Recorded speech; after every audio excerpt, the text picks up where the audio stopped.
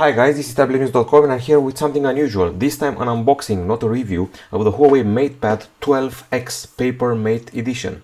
So we're dealing here with a sort of high mid-range tablet which seems fashioned to compete with the Galaxy Tab S9 FE series maybe.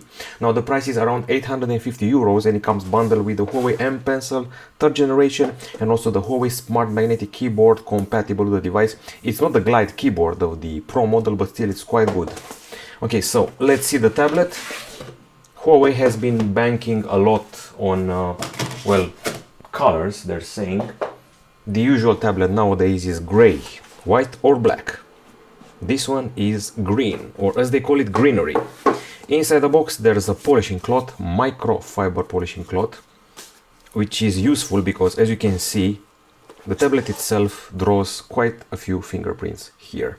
Actually, I'm tempted to wipe it a bit myself to try and get rid of those prints. Having done that, we're back with the device, we're firing it up, and as I said before, aside from the typical white, black or gray, the slate comes in a green hue. It's called greenery. It's quite beautiful, it's a light green, and we're dealing with a metal unibody chassis here. A very slim device, 5.9 millimeters. Powerful speakers, by the way. 5.9 millimeters in thickness and a weight of 555 grams. It's an unboxing, so let's see what's inside the box. The screen is paper mate, which means it doesn't suffer from reflections, even though I have lights around me, and the sun will also not pose any problems to it. Okay, so we're putting this here. In the box we have the following. So here we have a charger, an adapter, 66 watts with a USB-A connector, similar to what you would get on maybe, I don't know, HUAWEI Nova, more affordable model. And here we're getting the cable. We should also have a manual, but we have a test version, so yeah. The cable goes from USB-C to USB-A. And that's the content of the box, of the first box.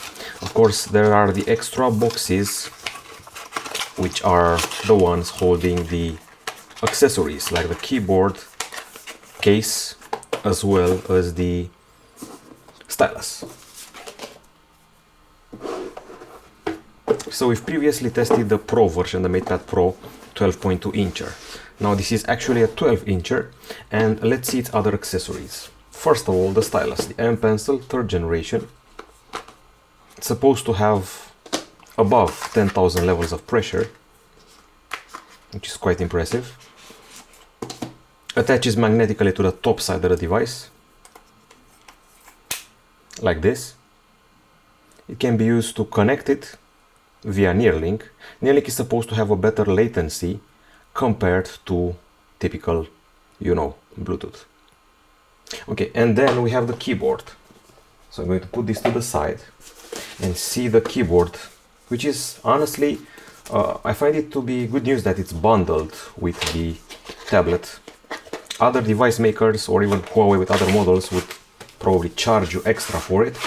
And even though it's not called the Glide keyboard as the Pro model, it's pretty similar. For starters, it's protected against accidental spills and things like that.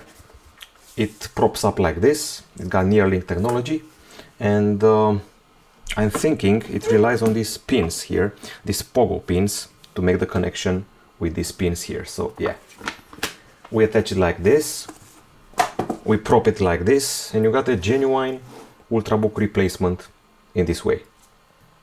Okay, so we should also be able to type stuff. Like, for example, if I want to enter a new website, I'm typing Tablet News.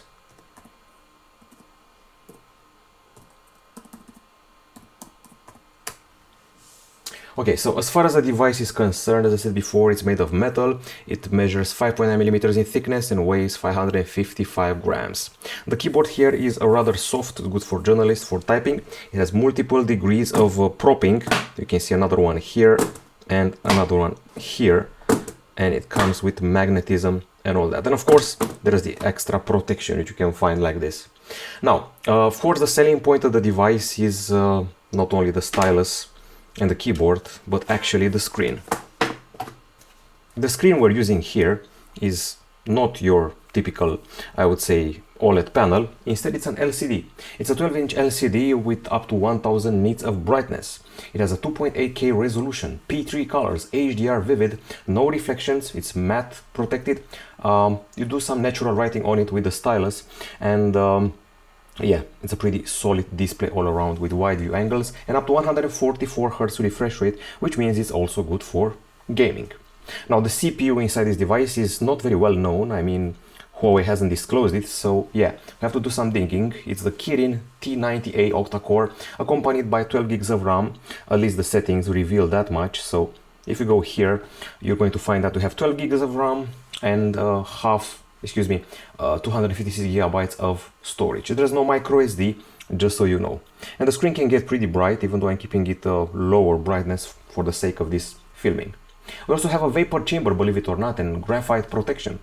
Now, the battery is also pretty generous here. It's a 10,000 mAh unit, actually 10,100 mAh unit with very fast charging, 66 watts.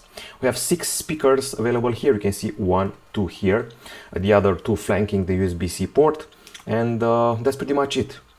But believe me, there are actually 6 speakers in here. On the camera front, the front camera has an 8 megapixel resolution, while the back side hosts a surprise for a mid-range tablet. Dual camera is not bad, so we have a 13 megapixel main sensor with face detection autofocus, and we also have an 8 megapixel ultra-wide, LED flash, and 4K 30 frames per second capture. Sadly, the tablet doesn't have a cellular connectivity version. It sticks with the Wi-Fi dual band, and at the same time it doesn't have GPS, in case you're wondering. It has Bluetooth 5.2, doesn't have NFC, doesn't have radio, but the port here, the good news is that it's an USB-C 3.1. Other connectivity options are available here, including super device, which lets you connect to Huawei phone, Huawei speaker, Huawei laptop, and so forth. Now, the software, it's actually Harmony OS 4.2.0, but you can rely still on the core of the Linux and the Android experience. You can install APKs on it. As you can see, I have installed YouTube, Chrome, Gmail, Google, thanks to the Micro G solution and the Gbox solution. So yeah, you can easily find them here, including HBO Max is available in Disney and the Facebook suite, courtesy of Micro G and the other solution, which is Gbox. Okay, now aside from that, there's productivity. So you can take the stylus here and take some notes with the application simply called Notes. There are some novelties in it. We can also import images or PDF files.